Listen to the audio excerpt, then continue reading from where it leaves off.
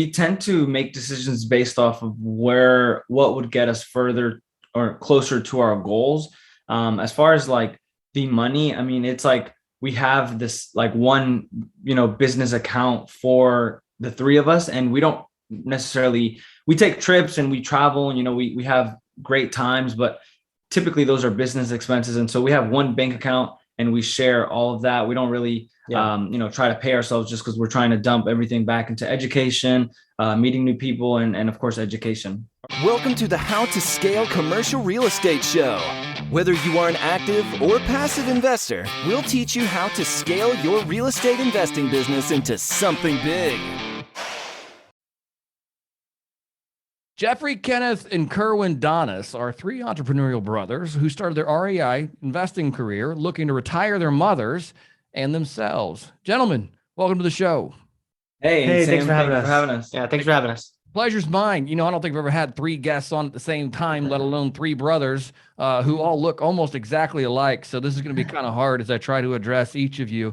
But, there's three questions I ask every guest who comes to the show, and maybe one of you can just take this, which is, Where did you guys start? Where are you now? And how did you get there? The caveat is it needs to be in 90 seconds or less. Okay, cool. I'll take that one. So we're in Durham, North Carolina. We started in wholesaling real estate and single family after reading Rich Dad Poor Dad and being exposed to the power of wholesaling and real estate. And then we decided to move up into the multifamily space once we decided that we wanted to hold real estate long term. And we got with a mastermind group, and we've been able to be a part of 3 apartment syndication deals, and we're hoping to do more this year. Yeah. That is fantastic. So tell me this, are you guys actively taking down deals on your own right now, or are you guys co-sponsoring, or what's your model right now? Yeah, we're co-sponsoring. Okay, cool. Yeah. And you guys have taken down 3 assets up to this point. Tell me what has been one of the things that you have found to be a key to your success? Like, what do you guys feel like you have done really well? Networking. 100%. That's how we were able to get into our first 3 deals. We built a really good team, and we leverage other people, right, in their experience. So that's what we've done really well. Yeah, just going out, meeting people that have been doing it for a longer time, learning through them, and just getting advice, and just taking it with us along our journey. Yeah, and a lot of the money we've made in our business, we've just invested back into meeting people, going to events and things like that. Education. Yeah. Right. That's tremendous. And just, for our listeners who may not know you, you guys there's 2 of you that are twins that are what, 20 years old? Yeah, we're 20. Right. And then which of you, and forgive me again, you're the oldest.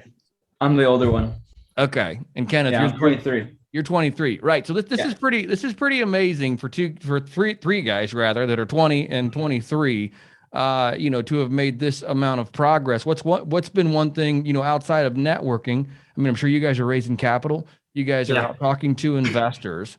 How have you overcome that challenge, at least initially, when people say, well, hey, you don't have a track record, or you did single family, how are you going to take down multifamily? What have you told people? Mm-hmm. Yeah. And like I said, it really came down to us joining the right mastermind groups, networking with the right people, because we leverage their experience. Our mentor has been in the game for over 20 years. So that's kind of, when we talk to our investors, they understand that we're young, but my team isn't, so the team has been doing it for a lot longer than we have. And another thing that we've done really well is just social media content. We have a podcast ourselves. So just being really consistent, we position ourselves as a thought leader in the space, just based on the content we're putting out. So that's something that we've been really good with. Man, that's absolutely awesome. It sounded like you had something else you wanted to add to that.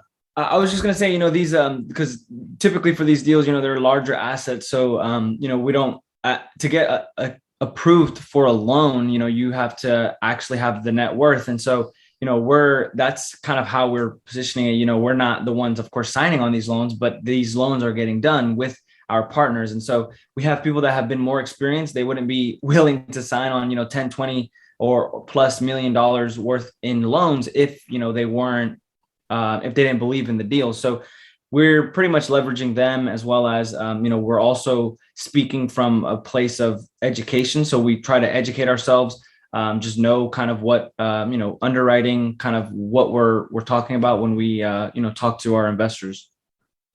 What would you guys say to people who maybe were in your shoes, but maybe not as far as you are, because there's a lot of, self-doubt. There's probably a lot of those, hey, we're too young, or everybody finds excuses. I don't care how old you are.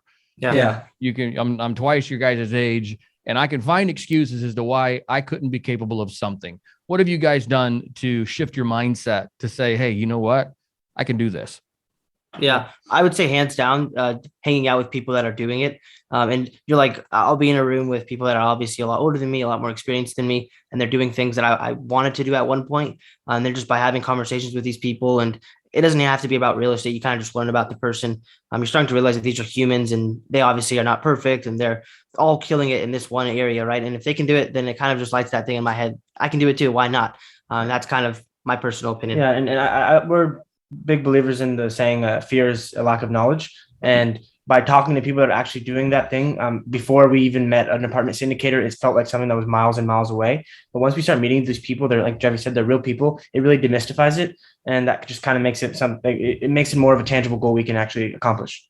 Right. Yeah, I love that word, demystifies it, because that's exactly right. There's no secrets in this business. That's you can listen to. There's enough podcasts on how to buy a multifamily asset that there are absolutely no secrets in this business. Talk to me a little bit about your guys' initial why. I know that was part of your bio there at the beginning, which said, hey, I want to retire your mother, but what did that mean? Tell us that story. Yeah. So my mom came from Guatemala when she was 18, and she's a single mom. We grew up low income, and she's cleaned houses ever since she got to America. And so she works really hard, and our goal is to retire her as soon as possible. It's just kind of like our way of giving back to her, and it really motivates us. And you know, it's kind of like us taking the torch from her. It's our turn. Yeah. Okay. That's absolutely fantastic. What about you guys going live on your first active deal? When is that going to happen? I know that's in your playbook, and you've probably already tried to pencil out when that will occur. When is that? Yeah, honestly, it's something that for now we're okay with being co-sponsors on a lot of the deals, just because of it's something that we think it'll help the deal and the business plan be executed a lot more effectively. But in the future, I mean, obviously one day we want to be doing our own deals, right? Take home more of the pie. But for now, I don't think we've actually set a goal in regards to when we want to do our own deal. And we're actually pretty happy with the way things are going. So yeah, we really like the partners that we're on the team with, and we want to keep doing deals with them for the time being. Are you continually raising with the same set of partners? Yes. Right now we are. Okay. Cool. Awesome. And then I'm assuming, because one of the things that you run into in this business is that deal flow is paramount, especially when you're raising capital. So you've aligned yourself with a partner that has consistent deal flow. Yes. Honestly, it was really weird timing. The partner that we're thinking about, he was a lot more experienced than we were, but he was definitely newer than a lot of the other people in the space. And he just kind of took over one market, and now the brokers love him. So it doesn't deal flow really isn't an issue for him at the moment. Yeah. And so we're seeing deals, we're raising capital on them, and yeah. Have there been any deals that have been presented to you guys that you said, hey, I'm not in? And then if so, why? Yeah, I mean, there's always deals that are brought to us, and we're really big on markets. We like to see markets that are growing, markets that have larger population, markets that have job growth. Just because of the fact that we're taking money from our investors, and we want to make sure that it's the best location possible, because we try not to ever compromise location. So I would say we've walked away from a few deals just because of the location, not necessarily because of the asset itself, but yeah. Also the returns, and typically the team. That's the first thing I look at, is who's on the team, who's going to be doing it. Do I know anyone there? It's not like we're out here looking for more partners at the moment. We just really have like a good thing set up. So it's going to have to be something really enticing for us to go and do something different. Yeah. And we're always networking too. So, there's always an opportunity for us to meet new partners for sure, and have kind of find them organically that way. Yeah. Right. Yeah, that's certainly intriguing. You guys have siloed or stayed, solely within multifamily. Is that right? Yeah. Yes. Since we transitioned from single family. Yeah. Right. And was that a tough transition for you? Because rewinding the tape for me, there were go back 6-7 years, wholesaling. I mean, you can make a fair amount of money very fast. Yeah. Wholesaling property. And so when you get your syndication business, when you're launching into multifamily, it can be a slow start, if you will. And paydays maybe, especially as a co-sponsor, aren't going to be as big as maybe, hey man, I can go out and hustle 2 or 3 single family wholesale deals and probably make as much money, if not more. how have you guys decided to stay the course on multifamily and keep going larger?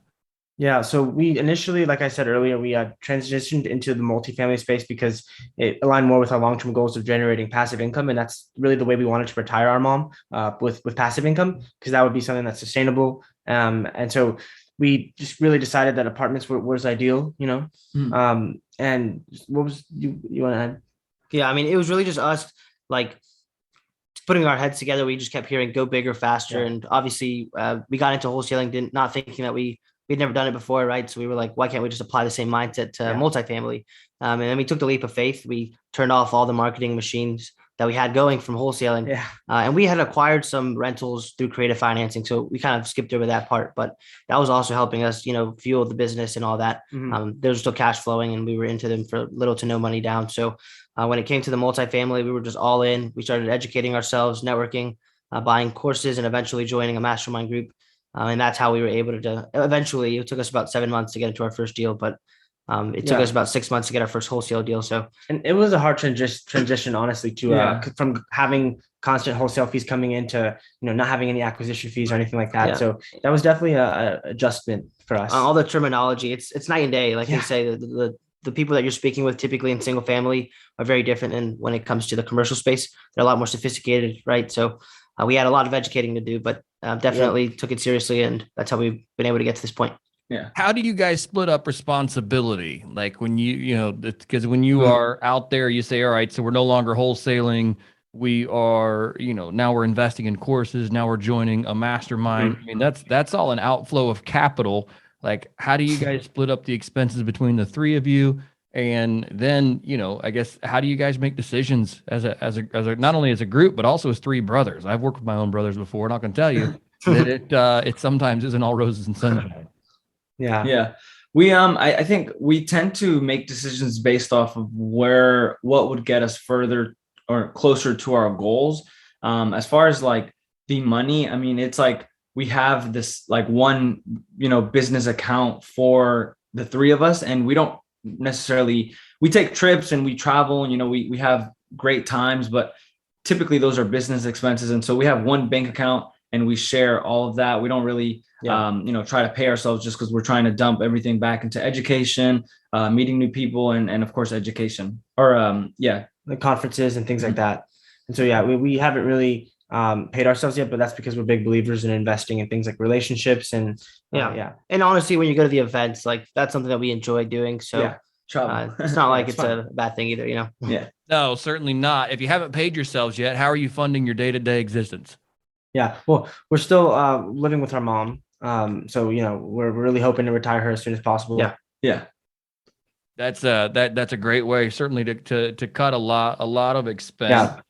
We're big believers in just living frugally and living below your means, especially in your 20s. Because we believe that the money that we're saving now will be able to invest in other things that our future selves will thank us for. 100%. Tell me about working a W-2 job. I mean, most people are taught go to school, graduate, get a job, things like that. Did you guys just skip that step?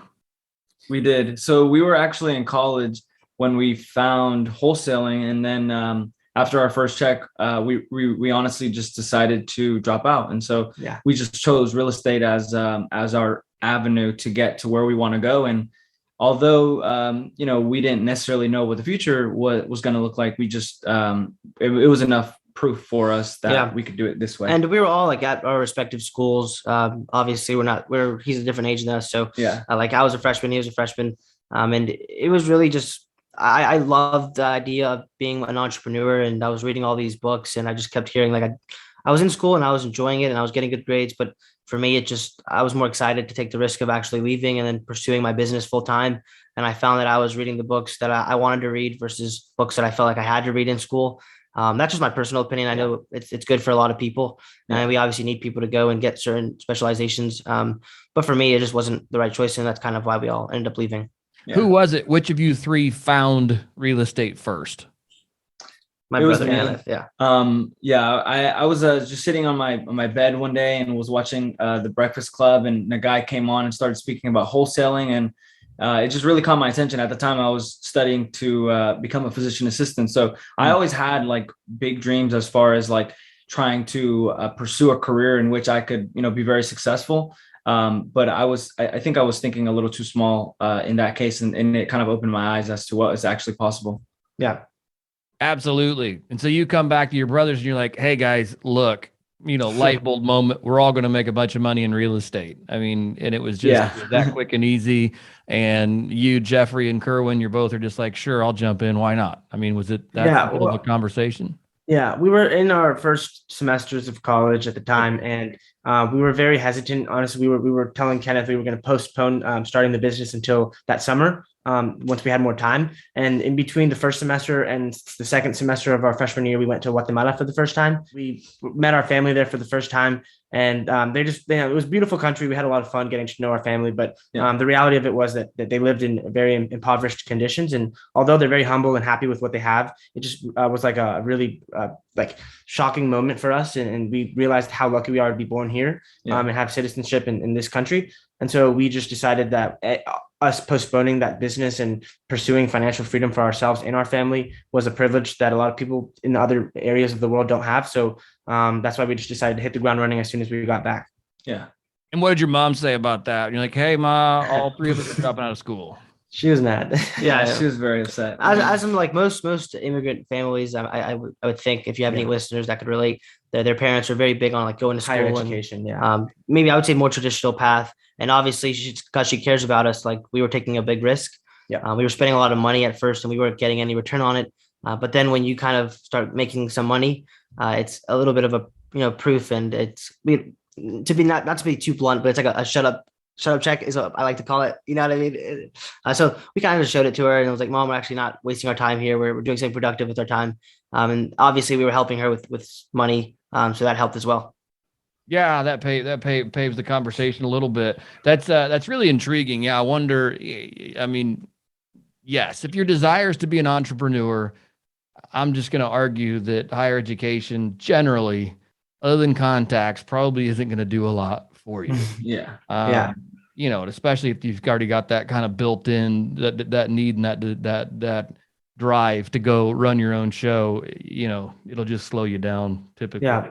And we're still big believers in education. We're just learning in other like non-traditional settings, like conferences, podcasts, books, things like that. It's honestly even more. It's more empowering for us to be in control of our own education because we get to choose it. Whereas when you're in a college, you have to take classes that are irrelevant just to fill the curriculum requirements. Yeah, 100%. Yeah, and agreed. You never want to end. I'm never a proponent for ending your education. Oh yeah, you want to learn every day, but self-educating, driving your own thirst to learn is a very different experience than being handed a book on operations management and saying we're going to talk about operations and theorize over it. You're like, why don't we just go to an apartment complex and learn operations on our own? That sounds like a better idea. Yeah. So that's absolutely awesome. I love what you guys have done so far. What is a resource or a tool that you guys find that you have used to really accelerate your growth, maybe outside of your mastermind? Yeah, I mean, I would say we have our own podcast. That's something that we created because we read the best ever real estate syndication book by Joe Fairless, and it kind of talked about being a thought leader in this space. And then it kind of just led to us meeting a lot of people like Bronson Hill, for example. I know you had him on your show. We met him because he was on our podcast, and then he referred some other conferences to us, like the Real Estate Guys event in Belize, the Investor Summit on Sand. And that was one of the first events we went to because Bronson told us, and we wouldn't have been able to find out about that event if he didn't, we didn't have the podcast. And we ended up going to the event and meeting like Robert Kiyosaki, Ken McElroy, Tom Wheelwright, and then just opened a whole bunch of other can of worms. So that just led to other, things that we were learning. So, and as a resource, the podcast is, I like to see it as it's like a free college course. Honestly, I always say that because you get really smart people. You get to ask them any questions for about 30 to 45 minutes. And these are really high value people. So it's awesome to just kind of create that symbiotic relationship, and we get a lot out of it. Yeah. You bring up an interesting point. And for those of you who are listening to the show, as a listener, certainly appreciate that. But I'll tell you to reiterate what you guys are saying, I get just as much out of being the host as I do listening to other shows. You're absolutely right. I get a front row seat to asking really high level people any question I want for 30 minutes. Like, wow, this is amazing. And it's the best education. Yeah. I mean, while it costs money to produce a podcast, it costs money and time. it still is pretty stinking awesome. So I absolutely love it. Gentlemen, if our listeners want to get in touch with you or learn more about you, what is the best way to do that? Yeah, they can go to www.donisinvestmentgroup.com. That's DONIS. And we are also Donis Brothers on pretty much every social media platform. Wonderful. Gentlemen, thank you so much for your time. I do appreciate it. Thanks for having us, Sam. Thanks for having us.